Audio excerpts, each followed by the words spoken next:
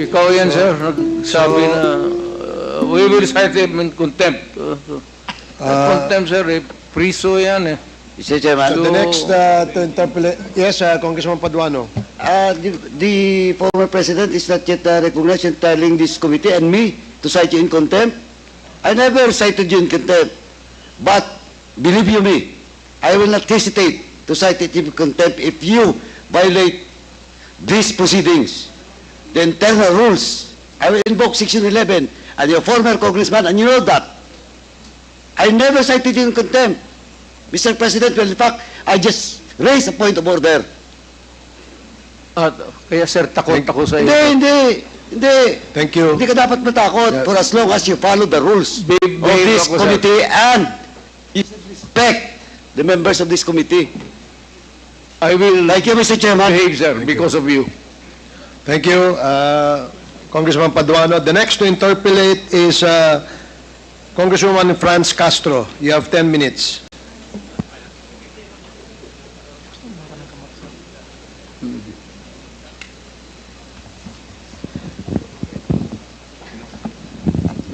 Good afternoon, Mr. Chair. Magandang hapon po sa ating lahat.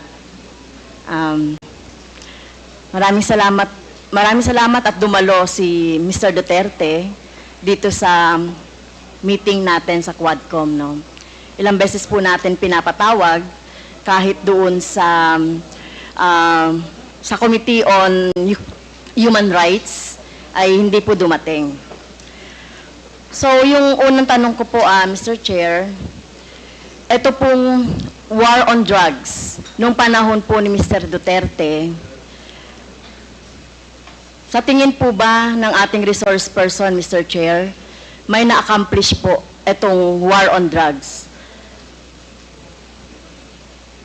I had to do it because it was demanded of the time.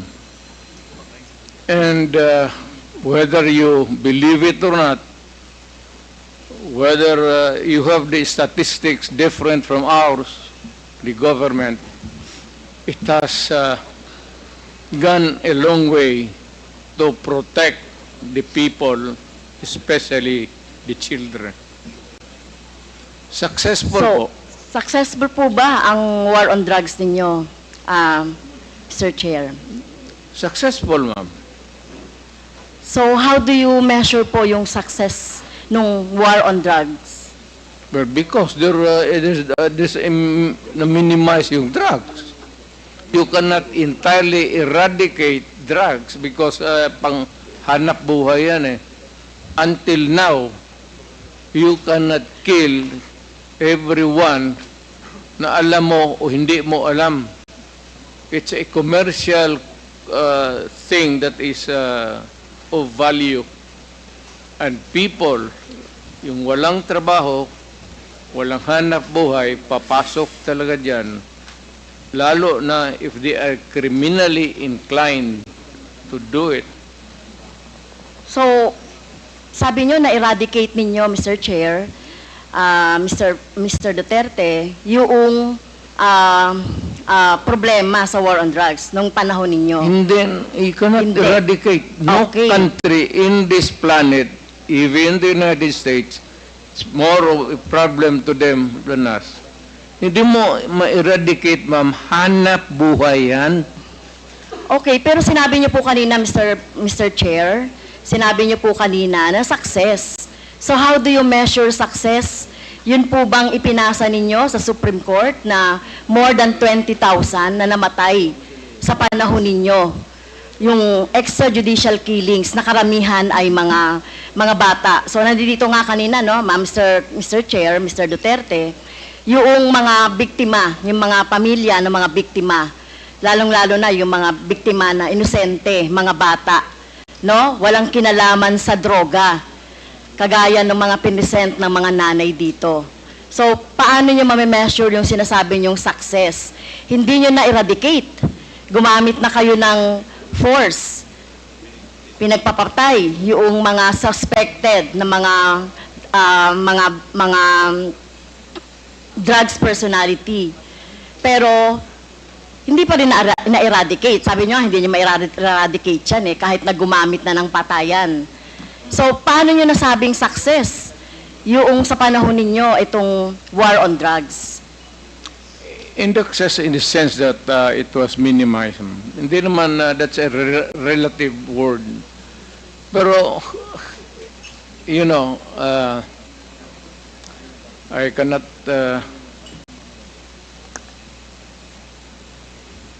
Minimize, Mr. basta Chair. ginawa ko yung dapat kong gawin sa panahon ko, ma'am.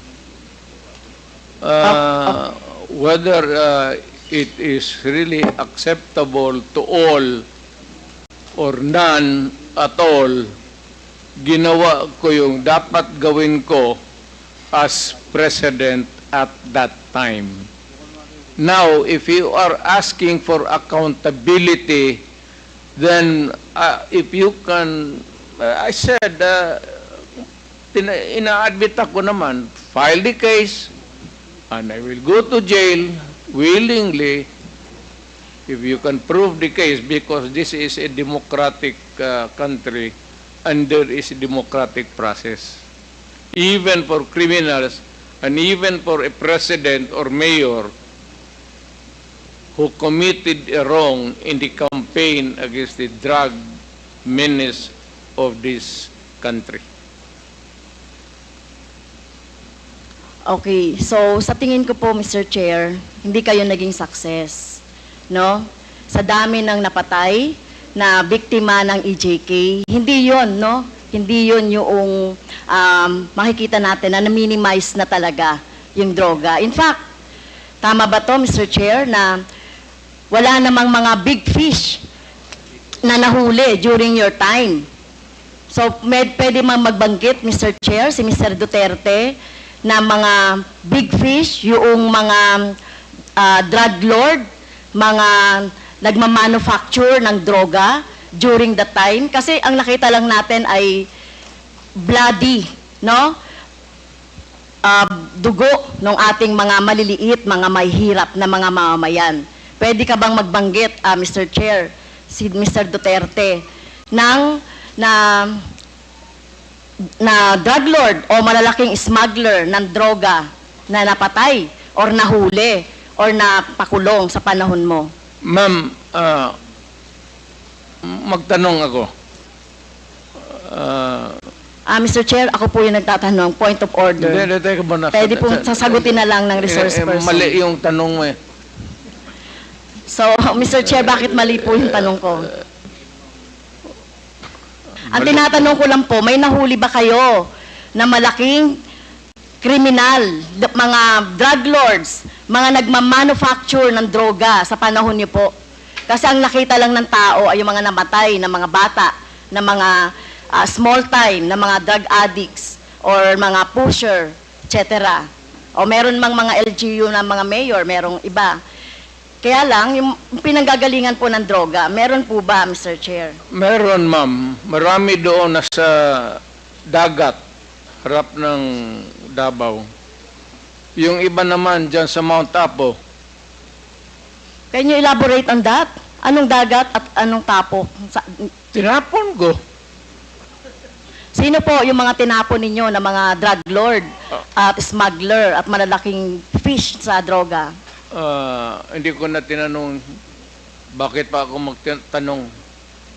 Basta pag nahuli, drug lord, I take over, lagay ko sa bangka, pagdating doon sa dulo, talian ko yung kamay pati paa, tapos itapon ko. Okay. So, dapat po magbanggit kayo. At alam ko po, Mr. Chair, si Mr. Duterte ay isang lawyer. At alam ninyo yung due process. At alam nyo ba paano pahalagahan ang buhay?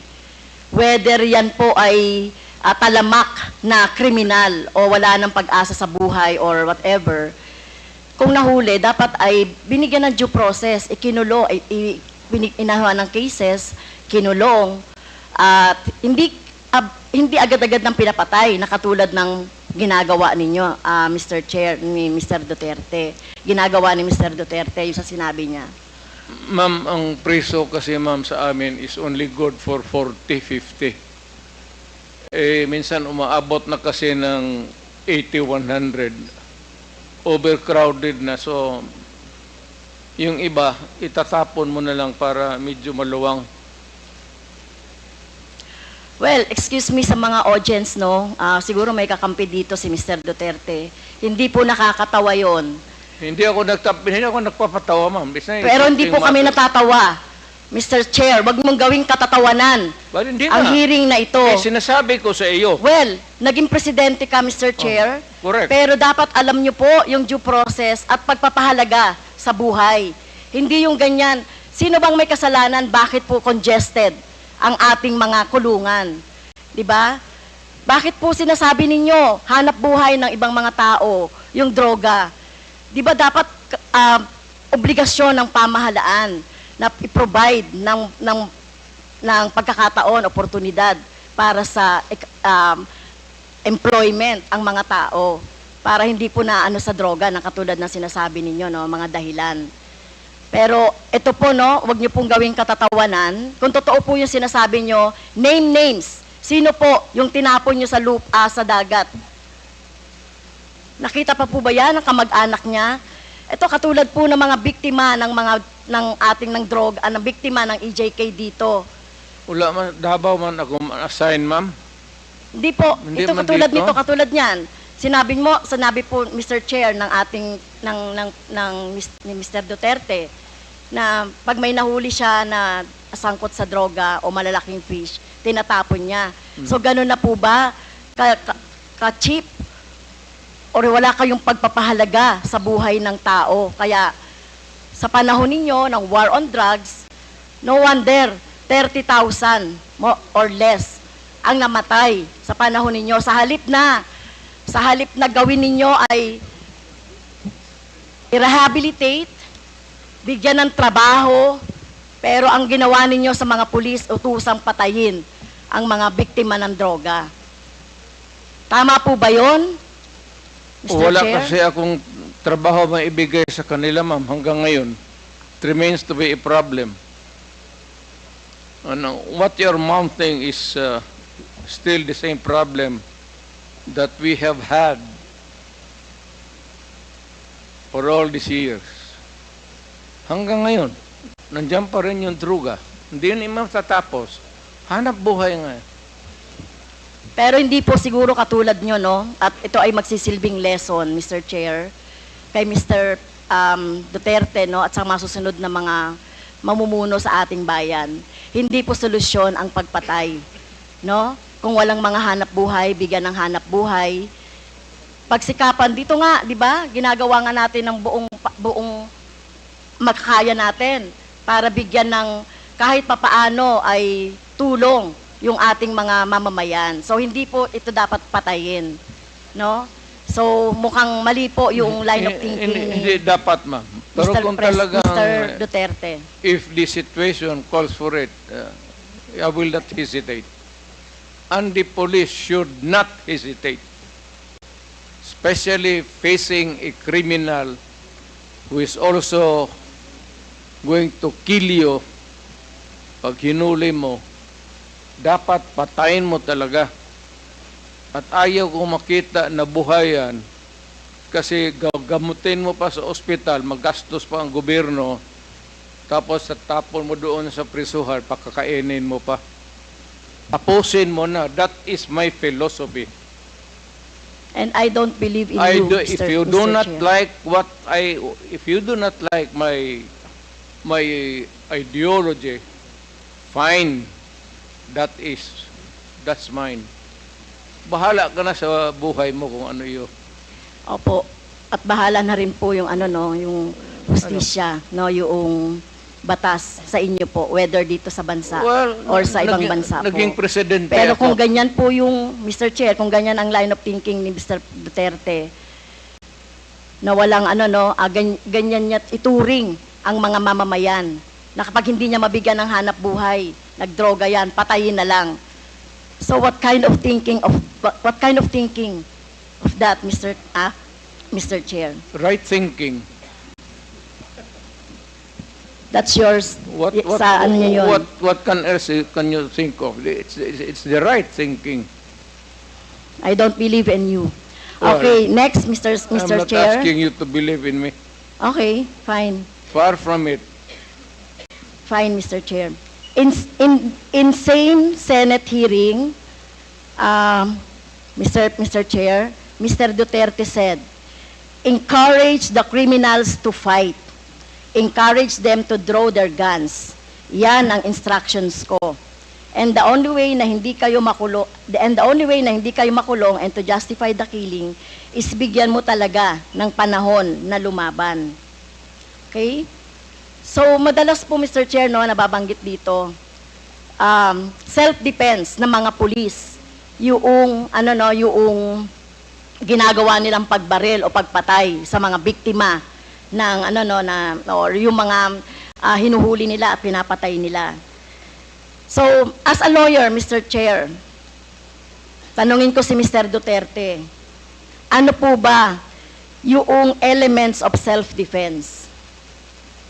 When your life is placed in danger, whether as a civilian or a police, you have the right to defend. And if your life is in danger, kill the idiot in front of you, or you will die as an idiot. At yung kriminal, malayang but have the satisfaction of doing his thing. Okay, yun po ba, as a lawyer, yun po yung inyong alam tungkol doon sa elements ng self-defense?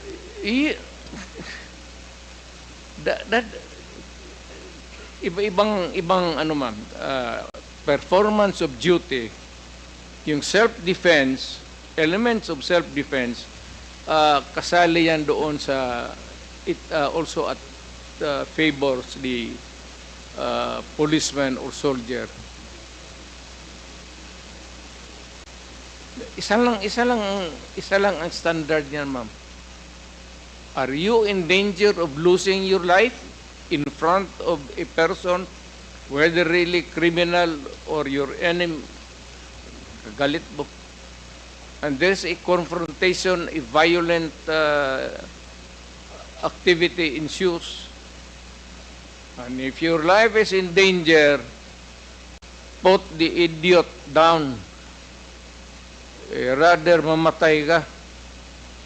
Ano ba itong buhay na ito? Okay. Pagdrama ba tayo? Thank you po, Mr. Chair.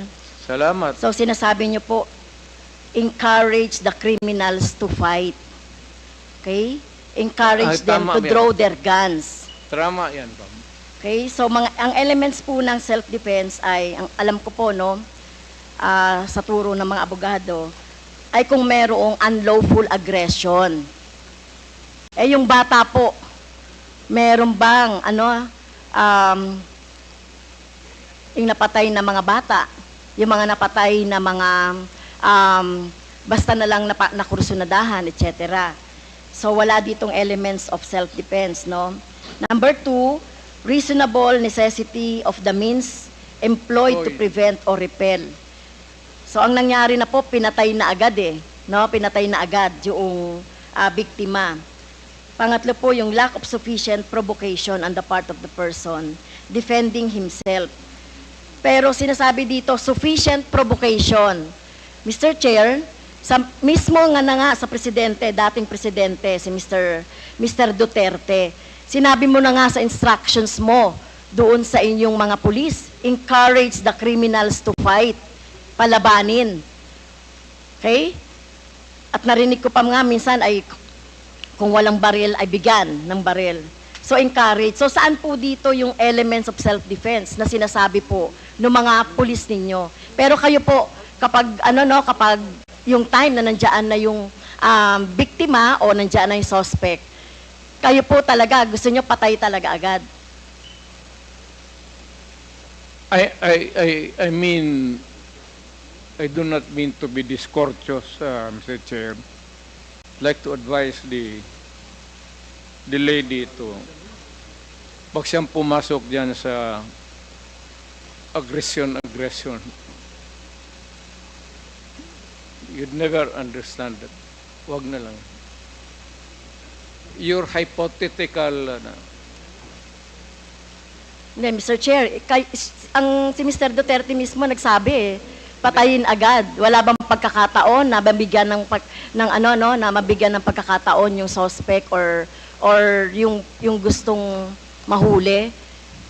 Ang concept niyo talaga patayin agad ang mga kriminal o yung mga addict o yung mga pusher. Pero ang tanong ko nga, hindi nyo ginawa yan sa mga drug lords. Okay? Hindi kayo nang huli ng mga manufacturer ng drugs. Pero yung mga maliliit, ganyan ang tingin ninyo, ano? Yung mga kriminal na sinasabi ninyo. Ganyan niya tratuhin. ganon ako gagago. Excuse me, Tingin mo, point of order. ganon ako gagago? Point of order, Mr. Chair. Kanina Hindi sinabihan na natin na may rule na bawal gumamit ng manaswang salita or hindi magandang salita. I'm using a word, ganon, am I that stupid? English yan. Ang Tagalog niyan is ganon ako gagago.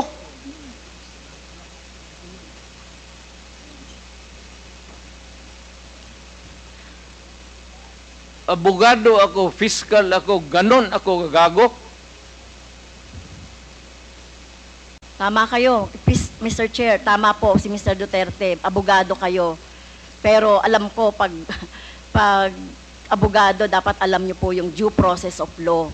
Alam niyo pong igalang ang karapatan at buhay ng tao, Mr. Chair. Huwag ka magbarurong, ma'am. You do not know me from Adam. Basta na lang na anong narinig ninyo yung that's is Okay. You have 3 minutes Okay. left, Congresswoman Castro. Yeah, last time na po ba, Mr. Chair? You have 3 minutes left. 3 minutes na lang. Okay, thank you, Mr. Chair. Si Michael Yang po ay kilala na at kilala pong malapit sa inyo kay Mr. Duterte, Mr. Chair. At in fact, sa panahon po ni Mr. Duterte, inappoint siya as economic manager. So, dito po, Mr. Chair, nababanggit sa mga resource persons natin yung papel ni Mr. Yang, Michael Yang, sa droga, sa kalakalan, sa droga. So, ang tanong ko po kay Mr. Duterte, Mr. Chair, gaano niyo po kilala si Mr. Yang o si Michael Yang? Michael Yang is an owner of a big department store in Davao City. Nag-irate yan, ako ang nag-cut ng ribbon sa department store niya. And every businessman, whether ang background mo hindi kung saan ka galing impyerno, if you want to have a picture with me, I will gladly oblige you. Even the criminals. Alam mo, do not confuse your, just because they are Chinese and they suspect you. Michael Yang is out there. He has not been arrested. Wala namang dossier na pinapakita sa akin. Kung mayroon ako na ang pumatay, hindi na kailangan ang pulis. Ako na mismo ang... Kung may ebidensya po tayo na involved siya sa droga, papatayin niyo rin po si Michael Yang? Ako? Maniwala ka? Kung may mga ebidensya po, papatayin niyo? Tawagan kita, kasama ko. Hindi po. Ayokong pong maging katulad ninyo, ayokong masama doon sa patayan. You will be a witness to a murder. Hindi ko po gagawin yun, Mr. Chair, sumama kay Mr. Duterte para pumatay. Yan ang problema mo. Okay. So, yun nga po, no,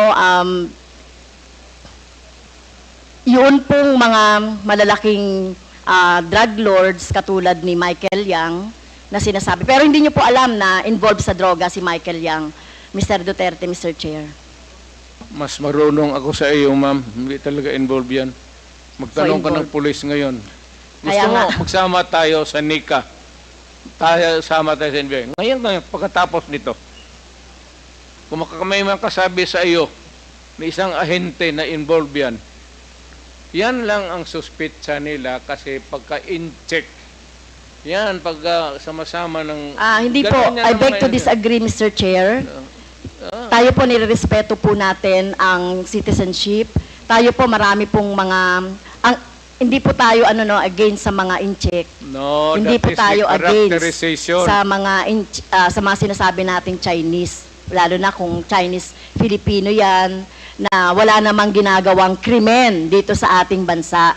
Kaya ang tinutukoy lang po natin yung mga involved sa krimen na mga nababanggit po dito sa ating hearing ng Quadcom.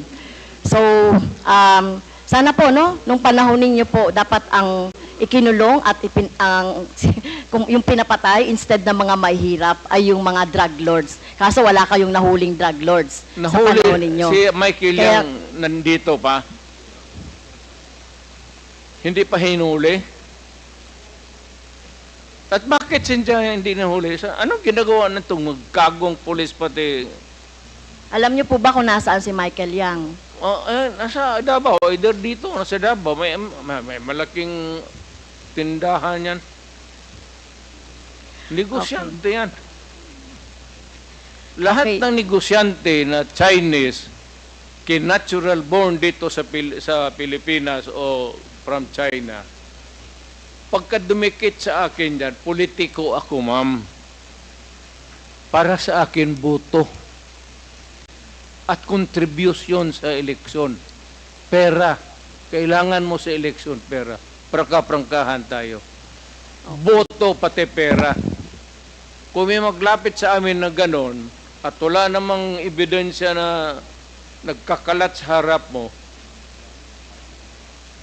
pero ako, pagka sigurado ako na ganon kayang sinasabi mo ngayon, ako mismo ang gogorgor sa tao na yan. Okay. Wala akong pasensya dyan sa mga ganon. So, Okay. do not worry. Last question. Last I question. love my Last question country na po, more Mr. than Chair. anybody else in this room. Dahil hindi po ako nasatisfy doon sa sagot ni Mr. Duterte, kaugnay doon sa, kasi gusto nating maturuan yung ating taong bayan, about doon sa, laging inaargumento na lang, self-defense, or whatever, o yung pag-encourage ng mga criminals to fight. So, pwede bang matanong si Ma'am, Attorney I am Neri? not here to satisfy you. Attorney Neri, Mr. Chair, to explain the elements of self-defense at bakit hindi pasok dito yung mga arguments ni Mr. Duterte. Thank you. Yung- Thank you, Mr. Chair. Hindi pasok po yung element. Ang elements kasi ng self-defense is una muna unlawful provocation on the part ng biktima. So kung inudyukan mo yon, ibig sabihin hindi siya nagpo-provoke. So tapos agad yung self-defense yun. Yung nabanggit ni Presidente kanina na official duty, sa totoo lang, ang self-defense, whether official ka ng gobyerno o individual kang pribado, hindi yan requirement, hindi siya element. Kasi kahit wala kang official duty, pag ikaw may unlawful aggression ng isang tao, may karapatan ka mag-self-defense. Ang pangalawa, lack of sufficient provocation on the part of the police. Admission mismo ng Presidente na pinrovoke. So hindi talaga papasok sa elements ng self-defense yung ginawa ng police. Ngayon, klaro ba sa mga statements ng dating presidente, yung kill, ina-admit niya naman yon. Yung pag-claim ng self-defense, afterthought na yon, tingin ko, Mr. Chair, kasi hindi naman yan binabanggit dati. Pangalawa, alam ng police yung self-defense. Parang may kausap kang command conference, tapos, oy, pag nanlaban, tirahin nyo ha. No, all the policemen knew about that. That's not the issue. Ang context ng issue, Mr. Chair, sa Quadcom hearing, and in fact sa Senate, yung issue talagang right in the minds of everybody is hindi nanlaban. Wala namang wala namang nagdedebate dito na pag ang police by ititreten, may karapatan ba siyang manlaban? Walang ganong debate dito. Wala sa discourse yan sa buong bansa. Nobody is saying na nanlaban na, may karapatan ka ba na birahin o hindi. Everybody knows that. Pero ang issue dito na ina-avoid ng kapulisan for a long time at ng administrasyon ni President Duterte, yung issue ng hindi talaga nanlaban. And in fact, we have some photos, if the COMSEC can show it, to prove that point, Mr. Chair, na hindi nanlaban. So nagtaka ako sa mga ilang general ng unang panahon na palagi lang sinasabi, kung tinitreten ka, that was not the issue. I'd like to clarify it once for all. All these families, the victims, yung mga nanay na namatayan ng anak, namatayan ng asawa, namatayan ng tatay, ang sinasabi nila, lumuluhod na po. Nagmamakaawa na. So the issue na threat, hindi. Pero very frank naman ang dating presidente kanina, ina-admit niya naman na hindi naman ng laban, di ba? So may na-admit siya, tinatapon na lang sa dagat. So all these things naman shows na the issue of self-defense is not really an issue here. So the answer of the president as to the elements of the crime of self-defense is not on point, to say the least. And in fact, parang magkakaproblema ngayon ang mga pulis sa RTC kung saan sila kinakasuhan because the element of self-defense was already taken away. Thank you, Mr. Chair. The issue was Thank you, not Mr. raised Chair. by me. Sumasa I was just responding. Hindi ako mag-issue ng self-defense dyan kung bakit ako mag-yak-yak ng self-defense kung hindi yan binote out dito sa forum na ito. Sige po. Actually, ganito yan. May I be allowed to? Ang issue talaga dyan is yung police na pinapatay. At ang police kung pumapatay, sa totoo lang, if they are out there to kill for whatever reason, legal or not, itong mga, hindi yan binabaril yan. Hindi yan hinaharap na sa self-defense. Wala yung self-defense. Sige po. Salamat po sa paliwanag ninyo. Gagong police ang mag-istorya ng self-defense niya. Sige po. Salamat po, Mr. President, sa paliwanag ninyo. That was the last question of Congresswoman Castro. So the next to interpolate is Mr. President, gusto niyo po bang mag-break? Nahiya lang ako, sir, pero kanina pa ako talaga naihi isang... Sige po. 1 minute suspension.